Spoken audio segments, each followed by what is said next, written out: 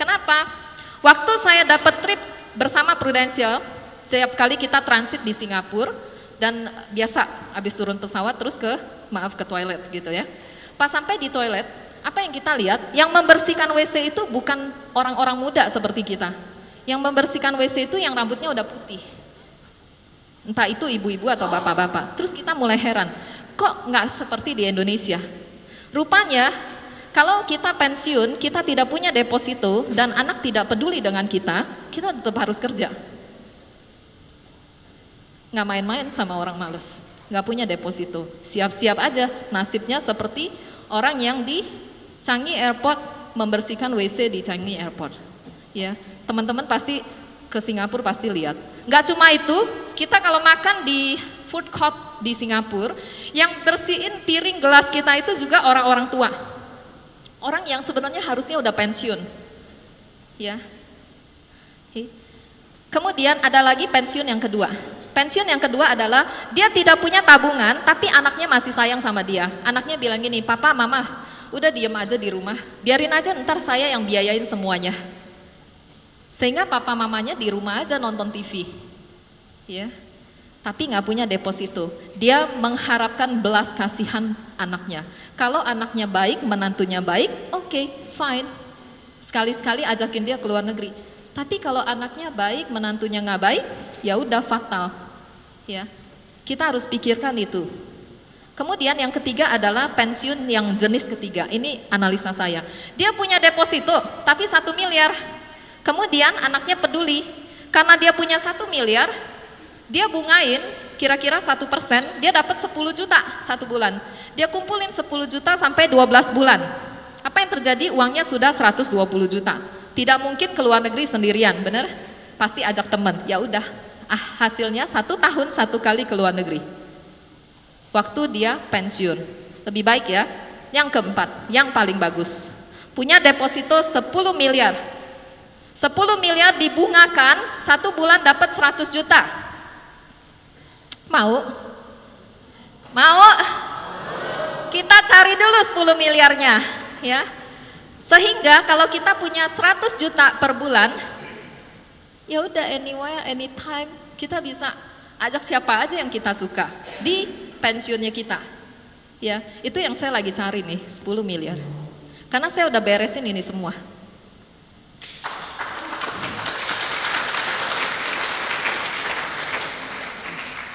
Jadi kalau banyak orang di luar sana bilang, ayo dong kamu join saya, kamu akan pensiun muda.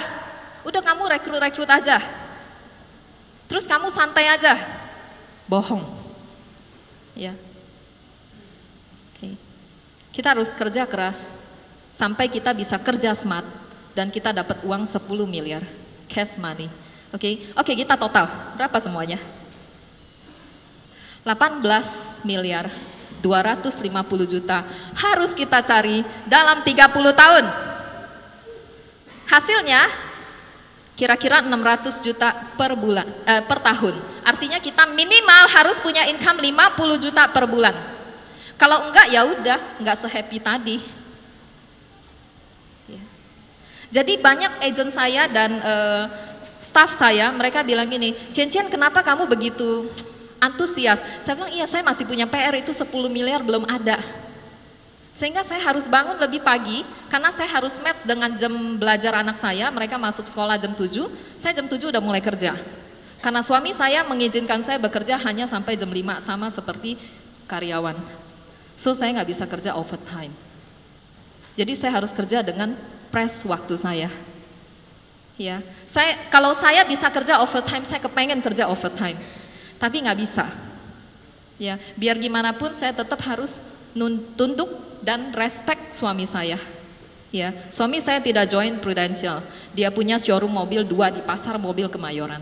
Dan temennya selalu tanya, Cian, kenapa kamu nggak jadi asistennya suami kamu dan kamu recheck dia jual mobil berapa unit dan dia dapat untung berapa? Saya bilang saya nggak bisa.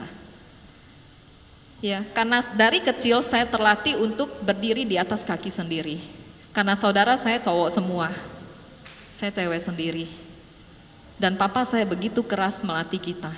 Papa saya bilang, kamu 7:30 udah harus selesai mandi dan selesai siapin sarapan pagi saya. Ya, bagus ya? Dikerasin orang jadi bagus ya. Oke, kita lihat ke next slide. So, kalau kita harus cari uang sebanyak itu, ada jalan nggak? Ada. Buat saya kalau kita bisa sampai di Prudential, itu bukan sebuah kebetulan. Waktu saya pertama kali diajak ke Prudential, hari Sabtu harus ikut BOP, saya ingat banget. Ya, hari itu mungkin suami saya nggak setuju saya datang, sehingga hari itu pertama kalinya sejak saya menikah sama dia mengajak saya makan bakmi pagi-pagi. Terus tanpa di luar pikiran saya begitu ada politiknya, ya. Terus saya lagi asik-asik makan sama dia di Gajah Mada, tiba-tiba saya ingat, jam 10 saya harus di Prudential. Saya bilang ini tinggal 25 menit. Wah, saya kaget, saya bilang, ayo cepat selesai, kita pulang. Terus saya yang bawa mobil, saya sampai di rumah saya bilang, Son kamu turun aja, saya langsung bawa mobil ke Prudential. Tahu saya sampai di Tanah Abang 2 menuju Prudential, saya lewat belakang, itu leader telepon, Cian di mana? Saya bilang di Tanah Abang 2, ini tinggal 5 menit Cian. Kamu tahu nggak tempatnya? Saya nggak pernah pergi ke kantor Prudential. Tapi waktu saya taruh telepon, saya berdoa. Saya bilang, Tuhan, kalau Engkau mengizinkan saya untuk lihat Prudential, saya pasti bisa lihat. Saya pasrah dong, udah nggak pernah datang ke kantor Prudential, waktu tinggal 5 menit, terus BOP terlambat nggak boleh masuk, gitu kan? Itu di Jakarta ya. Jadi saya pasrah. Terus saya tinggal dengerin leader saya jalan sini, sampai di kantor Prudential. Saya masuk ke ruang BOP, pintu dikunci. So saya masih agak shock gitu loh, terlambat. Semua udah rame. Tapi di sana saya bilang, Tuhan saya tahu, Engkau mengizinkan saya untuk lihat Prudential. Ya. Terus saya lihat, saya keluar, leader saya udah tahu nih pengusaha susah di brainwash. Jadi leader saya langsung ajak orang yang income-nya udah 200 juta waktu itu. Nih, si Cian, pengusaha, income-nya kadang-kadang bisa 100 juta. Ya, average kira-kira 30 sampai 50 juta sebulan. Kalau lebaran bisa 100 juta per bulan. Kemudian orang itu salaman sama saya dan dia cuma bilang, kalau kamu follow sistem, 5 tahun dari hari ini kamu bisa seperti saya. Pede sekali ngomongnya. Saya ingat banget itu. Oh, follow sistem, ya udahlah, nurut-nurut follow sistem. Jadi kalau saya diteleponin, saya datang. Nggak diteleponin, saya nggak datang. Ya, itu ciri khas agent baru. Ya, oke. Ciri khas agent baru. Apa yang membuat saya akhirnya punya kesadaran untuk datang sendiri? Kita lihat slide yang itu ini. Saya ikut seminar di bulan Juli tahun 2001. Saya ikut seminar, di seminar seperti ini sama persis. Kemudian career path itu dibuka lagi. Saya waktu dibacain ini, saya dalam hati bilang gini, itu kan saya udah lihat kemarin di BOP. Saya duduk di 3 perapat kursi di satu ruangan ini. Ya, di satu ruangan di Hotel Bogor, Novotel Bogor. Oke. Terus saya lihat ini. Kita lihat ya. Tahun pertama status kita agent atau associate unit manager. Targetnya 300 juta. 300 juta didapat dari personal selling 150 juta dan dia harus rekrut 4 agent dengan produksi minimal 37 juta setengah. Cian kok beda sih sama kontrak, di kontrak 30 juta. Bener, di kontrak 30 juta. Kalau potong labs nggak nyampe 30 juta. Sehingga kalau kita produksi 150 juta, gimana sih? Kemudian kita merekrut 4 agent, kita akan dapat 3%. Itu bukan perjanjian, itu hanya kontes agent get agent. Selama kontes itu tidak dihapus ya masih dapat 3%. Ya, 4,5 juta per tahun, jadi totally 67 juta setengah. Sehingga 1 bulan kita bisa dapat 56 juta per bulan. Dan kita mulai ber-5 orang. Nanti saya akan ceritakan kenapa seorang James Riyadi begitu kaya. Karena dia memimpin lebih banyak orang daripada saya memimpin orang. Ya. Oke, kita mulai memimpin 4 orang dan sama kita 5 orang. Kemudian tahun kedua unit manager 900 juta, personal selling renewal 150 juta kali 42% itu kita dapat 63 juta. Kalau kita sebagai sebagai unit manager kita tidak lakukan personal selling yang baris kedua, Itu income 63 juta per tahunnya nggak ada, nol. Ya. Kemudian kita mulai dapat off-riding personal selling 6% di tahun pertama. Kita dapat income 9 juta, kita rekrut lagi agent yang baru 4 agent, kita dapat lagi 9 juta, dan agent kita yang kemarin, yang 4 agent yang di atas itu sudah menjadi 2 associate unit manager, sehingga kita dapat off-riding sebesar 36 juta. Jadi sebagai unit manager kalau kita tidak rekrut agent kan ada yang naiknya bayang-bayangan nih ya. Ya istrinya lah, ininya lah, yang penting naik unit manager. Hasilnya nanti waktu dia tahun kedua 36 juta nggak ada, nol. Ya, jadi kita nggak berhak untuk tanya, Prudential, kenapa income saya nggak nyampe 15 juta per bulan? Prudential bilang, kamu ngapain aja? Rekrut nggak kemarin by strategi saya? Ya, nggak bisa main-main, karena ini bisnis. Kemudian tahun ketiga, senior unit manager.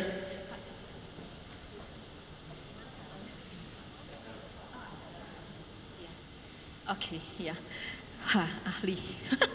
Ya, 3, senior unit manager, target 2,7 miliar. Baris pertama sampai keempat ini semua adalah renewal. Renewal itu artinya nggak kerja pun dapat. Ya, nih renewal. Personal selling, renewal 63 juta. Jadi kalau di sini nggak selling, di sini nggak ada, nol. Off-riding 6% renewal. Ini semua renewal. New business ada di sini. Jadi kalau senior unit manager sudah happy dengan income-nya yang 15 juta, ada nggak yang kayak gitu? Ada. Tapi di kantor saya, ya, karena dulu income dia 7 juta per bulan, begitu dia sudah dapat 15 juta, 2 kali lipat, gitu ya, 7 juta aja udah besar, 2 kali lipat, terus umurnya baru 24, 15 juta per bulan, santai nggak? Santai, hati-hati dengan santainya. Makanya tadi saya tampilkan bahwa kita dalam 30 tahun, kita harus cari 18 miliar. Itu loh kesadaran yang paling harus kita sadari. Kemudian kita mulai lakukan new business di tahun ketiga, senior unit manager. Personal selling 150 juta, kita dapat 63 juta. Dapat lagi off-riding 12% karena sudah senior unit manager. Gampang ya, saya kasih gambaran dikit mengenai off-riding leader.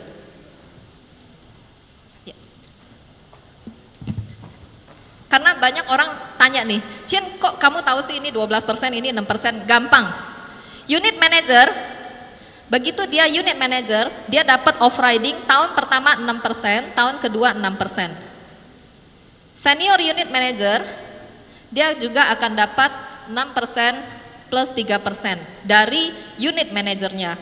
Agency manager akan dapat 6% plus 3%. Jadi total Prudential keluarkan off-riding 18% plus 12%. Jadi kalau seorang agency manager, dia langsung rekrut agent, dia dapat ini semua. Seorang senior unit manager, kalau dia rekrut agent, langsung agent, tidak ada unit manager, dia akan dapat 12%. Gampang ya, jadi hafalin ini aja, udah ketahuan semuanya. Oke, ini penting. Senior unit manager dapat 12%, 18 juta. Dia punya 2 associate unit manager, dia dapat 72 juta. 2 unit manajernya kontribusi 108 juta. Saya mau tanya nih, kalau kita adalah senior unit manager, kita punya income 33 juta per bulan. 33 juta per bulan ini didapat dari 396 juta per tahun. Siapa yang kontribusi income paling besar? Siapa? Ini ya. Tapi 2 unit manager ini tidak lahir tiba-tiba. 2 unit manager ini hari ini bisa ada karena kita rekrut di sini. Ya. Kalau kita nggak rekrut di sini, nggak mungkin ada ini. Apalagi ini. Jadi kalau kita di tahun pertama, Kalau kita di tahun pertama tidak rekrut ini, artinya kita kehilangan income ini. Selamat main-main dengan merekrut. Istri saya aja Cian langsung agent asal-asalan, yang penting saya naik unit manager. Buat saya yang penting kita bukan jabatan. Yang penting berapa besar kita bangun grup kita. Benar gak?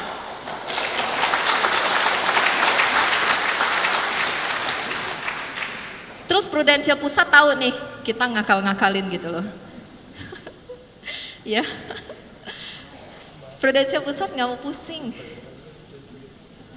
Dia bagi sesuai proporsional komisi of riding. Dia nggak pusing. Yang pusing kita, mungkin saja kehilangan income 108 juta karena kelakuan di sini. Ya, di sini nggak ada. Ya, di Jakarta. Ya. Oke, kita lihat next slide. Ya, lebih serem lagi. Lebih serem lagi. 2 unit manager itu sudah menjadi 2 senior unit manager. Aduh. Ya, sudah menjadi 2 senior unit manager. Dan dia kontribusi income 324 juta. Lebih serem lagi, dia sudah menjadi agency manager. Dia kontribusi income 488 juta per tahun. So kalau kita di tahun pertama main-main sama Prudential, Prudential bilang kamu kehilangan income 1 miliar. Gara-gara kamu di tahun pertama tidak rekrut 4 agent. Kalau kamu di tahun pertama rekrut 20 agent, 5 kalinya, kamu akan dapat income 5 miliar. Yeah. Tapi waktu itu saya ikut seminar, ini karipatnya nggak kayak gini ya, karipatnya so simple. Sama seperti yang ada di BOP. Yang membuat saya exciting adalah, bisa juga ya tahun kelima 100 juta. Boleh juga ya cuma main-main setengah hari dapat 100 juta per bulan. Itu yang bikin saya interest. Sehingga saya tetap main-main di Prudential sampai tahun 2002. Di tahun 2002 pertengahan saya memutuskan untuk tutup usaha saya. Meskipun Prudential belum memberikan income sesuai dengan income saya di bisnis saya. Saya tutup, apa yang terjadi? Keluarga saya terjadi kontra. Ya, mama saya komplain, adik saya komplain, suami saya juga komplain. Cian, kamu orang gila. Bisnis kamu bukan bangkrut, bisnis kamu bukan rugi, bisnis kamu tidak hancur. Tapi kenapa kamu tutup? Saya bilang stop, don't complain saya. Saya bilang, saya pusing, saya bilang. Kasih saya waktu 2 tahun untuk tunjukkan bahwa pilihan saya benar. Saya bilang, boleh nggak saya minta seperti itu? Akhirnya mereka bilang, oke Cian, oke. Semua, mama diam, adik saya diam, suami saya diam. Apa yang terjadi? Hari ini, income saya paling besar di antara mereka semua.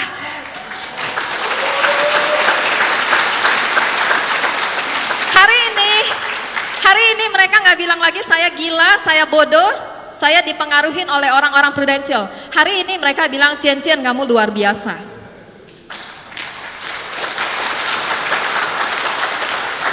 Dan gara-gara mereka bilang luar biasa, yang terjadi adalah waktu kemarin liburan sekolah anak-anak, itu saudara saya kan 3 ya, cowok ya, saya 1, saya anak ketiga.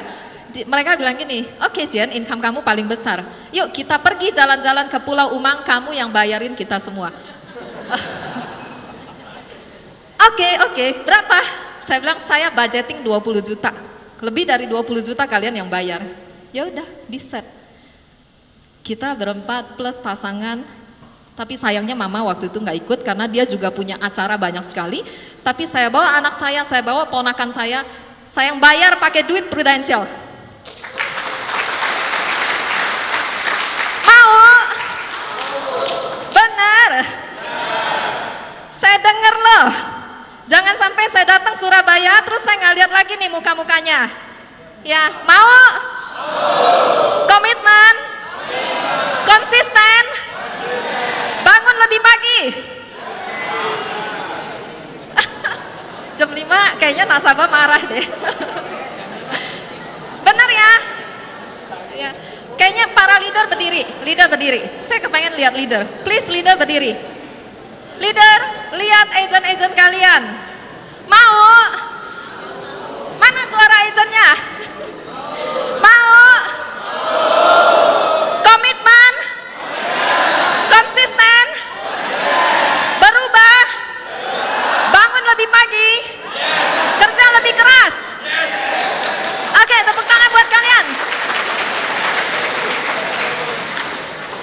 Aduh, leader bilang, Cece thank you ya, lega nih saya.